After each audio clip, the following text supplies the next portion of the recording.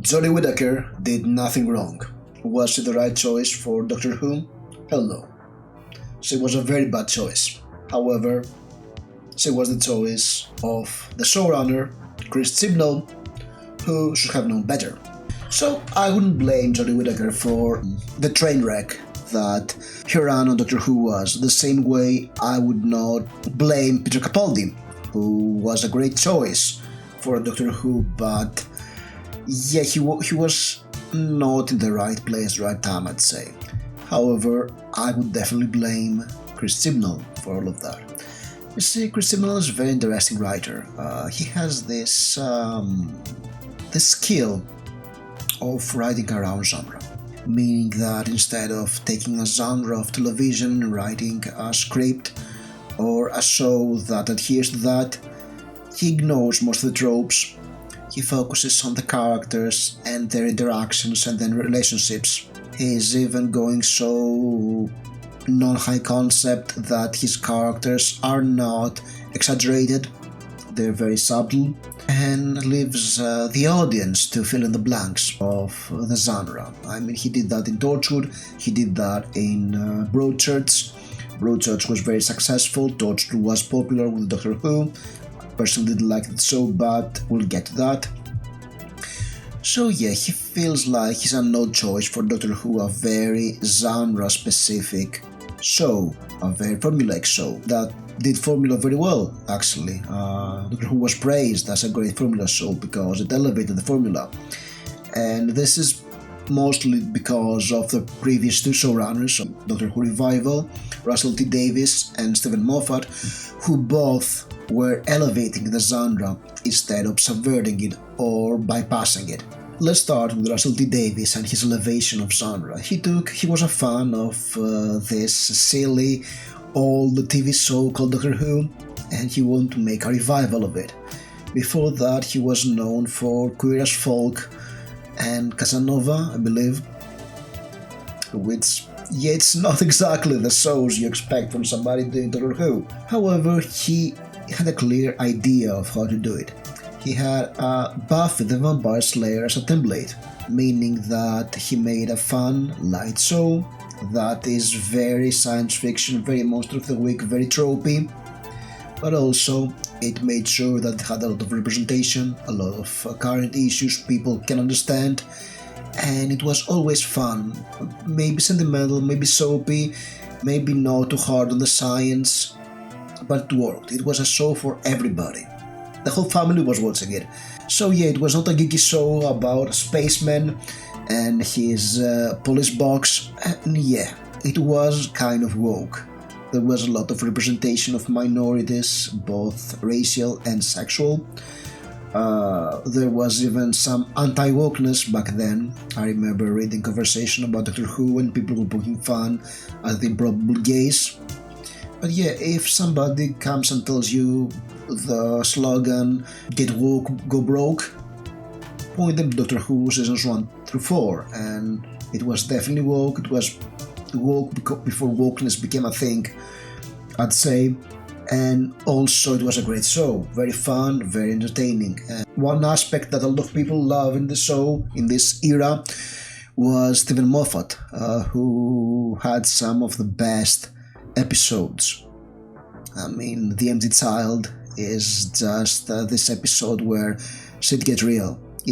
You realize Doctor Who is not a silly show about spacemen. It's a pretty scary show for the entire family, sort of like the old Doctor Who. I mean, I haven't watched old Doctor Who as a child. I do remember that it was on TV at some point when I was 7 or 8 years old, but I never watched it. I know from people around my age that they have been traumatized by Revenge of the Cybermen or Ark in Space. So yeah, that's to give you a hint what I missed as a child. So yeah, when Russell Davies decided to exit the show, Stephen Moffat was the obvious showrunner.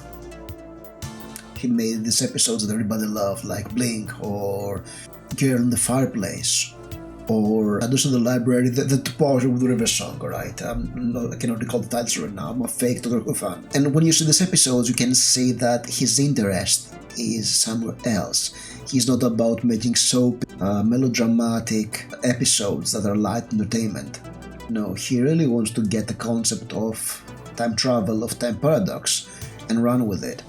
And when you get to season 5 with Matt Smith, and Matt Smith is probably my favorite Doctor because he looked very youthful, but he was playing a grouchy old man, and this mismatch was definitely something I did enjoy a lot in him. Yes, I love David Tennant, of course. I love Tom Baker, but Matt Smith is my Doctor. And when you get to season 5, you see that there is a whole arc through all the episodes that is not just one word popping up like in the previous seasons. No, it is actually beginning, middle, end, closed box mystery, I guess, when you have to see what's the deal with Amy's crack. It was great. I was watching every episode when it was coming out, and I was hooked. For those wondering, I did catch up Doctor Who after Blink. I was at a friend's house and he was like, you have to see the latest Doctor Who episode, and Blink came on and I was like, that's a perfect show. So yeah, I'm a bit of a Moffat fanboy, which makes everything I'm going to say next be a paradox of sorts. Let's talk about season 6 of Doctor Who, with the first episode with the silence. That was awesome, Doctor Who. But then we get to the origin story of River's Song and the back and forth in time and all those weird stuff, all of those plot arcs that are introduced and hanging there, and maybe they'll come together. That got me really confused. And when you watch the show every week and you get those riddles, it's very hard to keep track of what's happening. I started to have X-Files flashbacks. If you don't remember the X-Files, they were just having a great conspiracy in the back end of the show, but they had no idea what it was, so they were winging it for season after season. I've watched the entire all 9 old seasons, and I'm not sure what was happening. So that should give you a hint how confused it was. However, to Stephen Moffat's defense, he had an idea what he was doing. I was watching some of his episodes or some of his arcs, and I was not certain what he was doing. But I knew he had a very good idea. You see, Stephen Moffat is a great writer. And not only in Doctor Who, I mean, Sherlock was amazing at some point, and Coupling was one of my favorite sitcoms. So yeah, I appreciate the guy. He's great. He's a great writer, and he knows it, and he wants to show it. So when making Doctor Who, he was very interested in making a show about non-linear narratives, about timey-wimey stuff, about back and forth in time, about different time periods interacting, complicated stuff. And that was great. I loved that for a lot of time. And you know what? He actually could make the episode feel sentimental. Not in the more melodramatic way that Russell T Davies did, but he could write some tearjerkers like the Christmas special with the Christmas Story with the Scrooge. That was a great episode. Or, you know, Rory. What Rory went through for Amy. And the whole season 7, Goodbye to the Ponds. He was there. He got it. But he was more interested in showing everybody how clever he was. And people start to lose interest. The Russell T Davies era of Doctor Who was an era where everybody could watch it. When Stephen Moffat took over, as time went on, Doctor Who became a show for 2 types of people, Redditors and Tabularinas, meaning people who were very geeky and obsessed over every minor detail, over every minor lack of science. Doctor Who, I mean, you're not allowed to do science, Doctor Who. If you do science right, you're doing Doctor Who wrong. Or plot holes or whatever.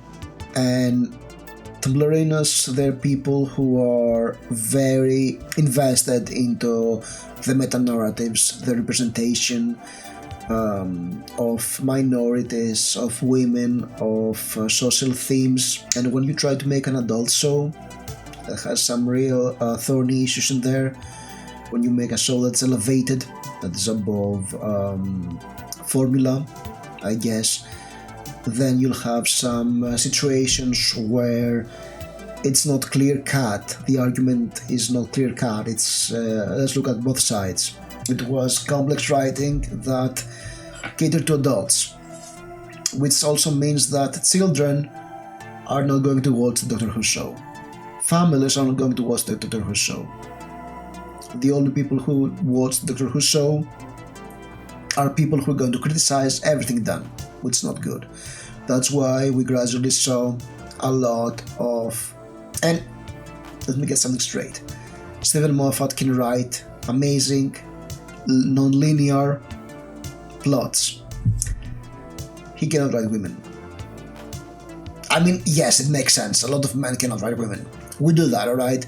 And a lot of women cannot write men. But when a big part of your viewership base is invested into having women character, and you basically write every woman the same. I mean, if you think about it, Amy, River Song, and Missy are pretty much the exact same character. And also Bill was pretty much the same character. She was marmy, sexually aggressive, and smarmy. Clara starts off exactly like the same character. She's another magical girl. We had 3 seasons, 5, 6, and 7, when we have to deal with a magical girl. Even though it's not magical, it's timey-wimey science girl. It's kind of ridiculous when you get to the point, and you have a lot of criticism at Steven Moffat. He tried to do things with Clara during season 8 or 9. So yeah, that was not great. So yeah, when we get to the Capaldi era, this show is starting to get pretty much confusing. The plot lines get very implicit, very complicated. Monsters of the Week can get tiring. I mean, we're watching this episode for 7 seasons now, so there are not that many great things to see. Most shows peter out around season 4 or 5, that's the reality of it, and then they become a shadow of themselves, which is unfortunate. So yes, Doctor Who is clearly sad of itself at this point, and also not. It's not hitting the things that made the success some years ago. And yeah, I mean, season 10 was kind of good. I think that Steven Moffat took a lot of the criticism to heart, but was a little too late. So you have to go and find another showrunner.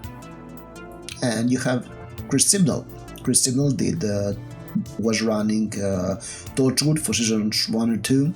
And Torchwood was a Doctor Who spin-off. Then he went and did Broadchurch, which was a great success.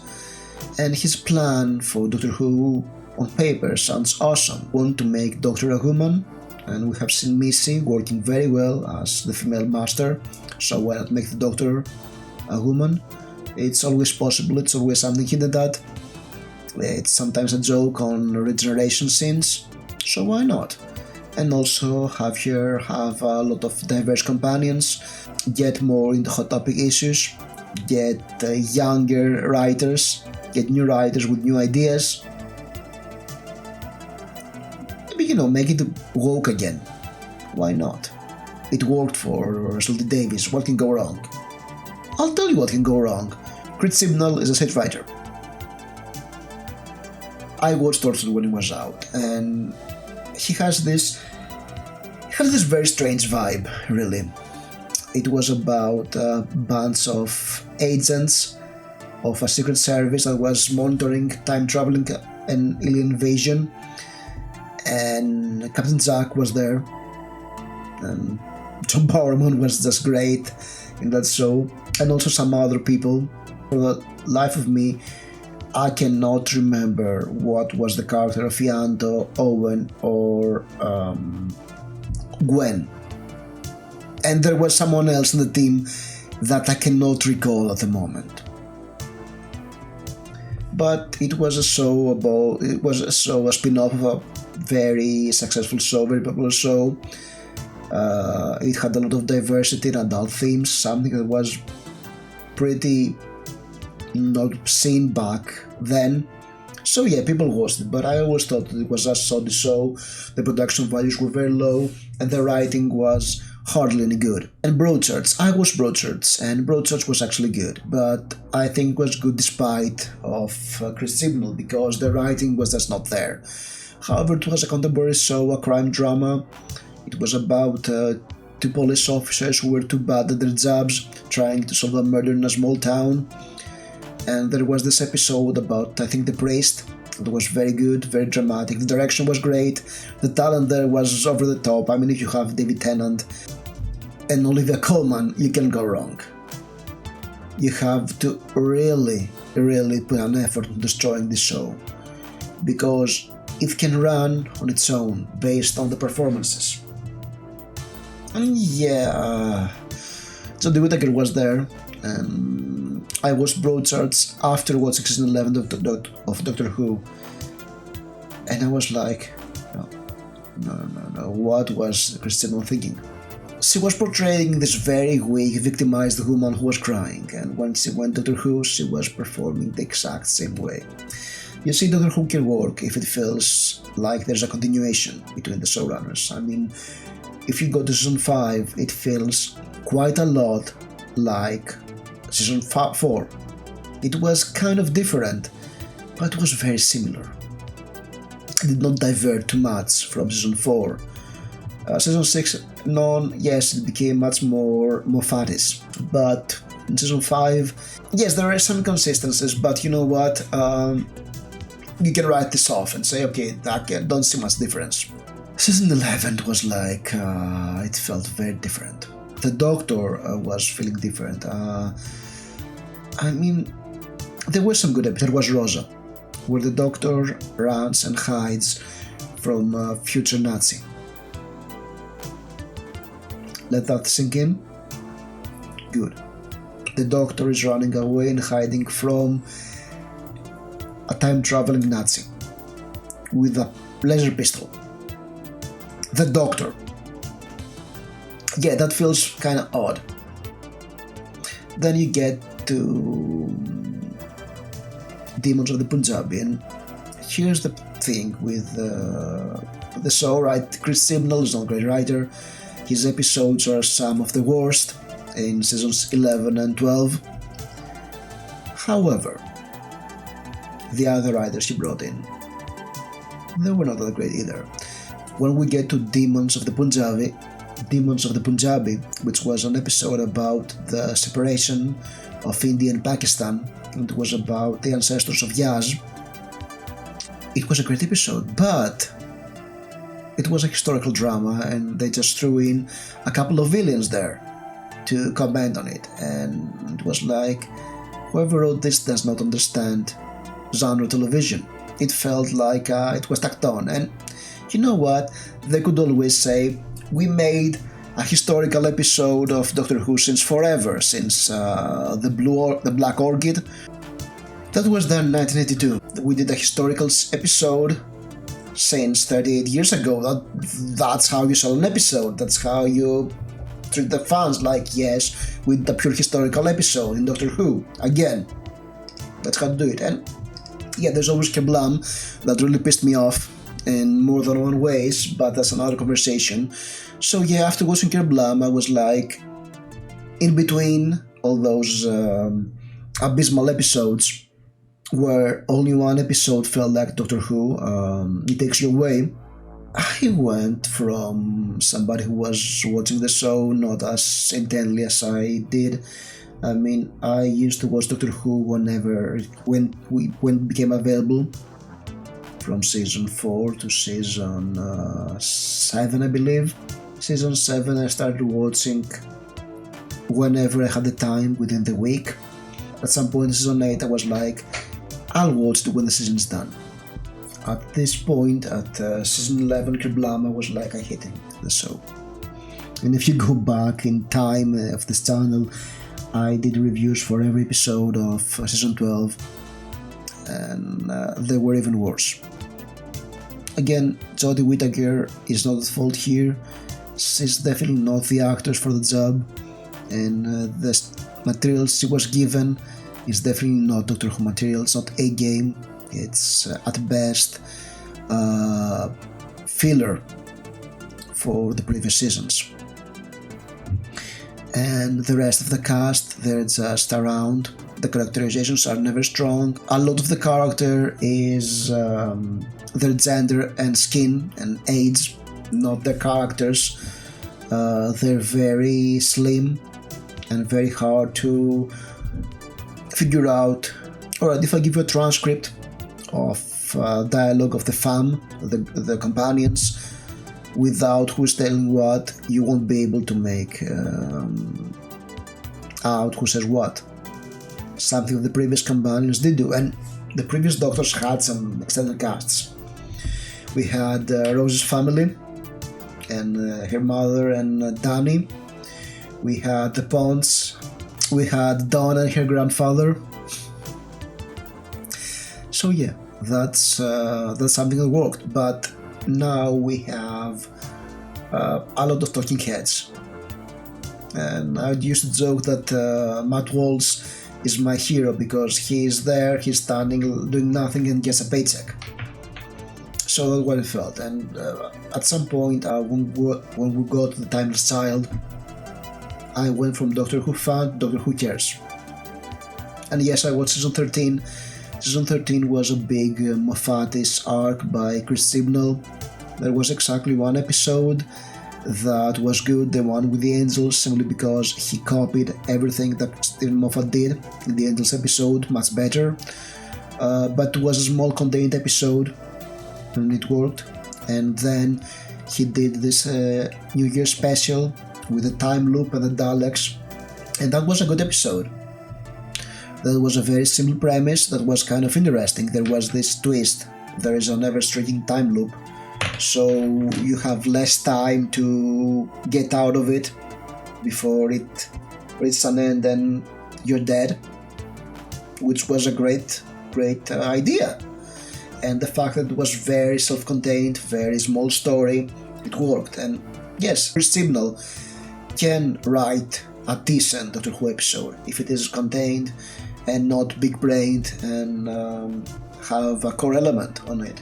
But he doesn't. He tries to do something much more with the show, and he fails. When we get to the episode with the Chinese pirates, that was the worst Doctor Who episode ever. The direction was not there. The special effects were atrocious. It was like PS2 level graphics. The script made no sense. It was abysmal. Ending of Jodie Whittaker's era that aired this week, and it was The Power of the Doctor. I mean, it was kinda good. No, it was not kinda good. It was confusing, it was all over the place, it had plot holes. There was this funny scene with Yaz meeting the other two companions, and she realizes that yes, the Doctor has a harem of former companions, and I'm in love with her, but nope. That was a great scene. I made a short about it, and I had to because it was a great scene. It was those small things that Chris Chibnall can do, should have done more of for the show to succeed. It was a great moment. And Mandeep Gill really sells that scene. She was like, that was great. It was a great scene. But that's the entire, everything I liked about the show was the scene about this episode. So yeah, that should be bad. And the direction was bad. I mean, I remember season 12 that starts with a spy episode, and there is this 20 miles an hour chase through a field with the master shooting at the fam, and he has a great aim. He always hits the front of the bike unerringly, and yes, there is a 55, which was atrocious. The quality was not there for a flagship show. And yes, I mean, you may go They had a woman doctor. No, that's not that's not the problem. If they had used somebody like Joe Martin, the other doctor they meet at some point in season 12, she would have been perfect. She has the stature, she has the attitude of the doctor, she dominates the scene. I mean, she appears in part of the doctor, and she's like, she steals the show there. She has great presence and the attitude. She's really large on the scene and large on the life, the way the doctor should be. Looking large about your body, alright? So yes, I would take a doctor with a slightly overweight black woman. And I guess many of the people who didn't like Jodie Whittaker would do the same. She was not the person for the role, but it's not her fault. She was chosen by the showrunners, so yes. If we want to blame somebody, blame Chris Chibnall.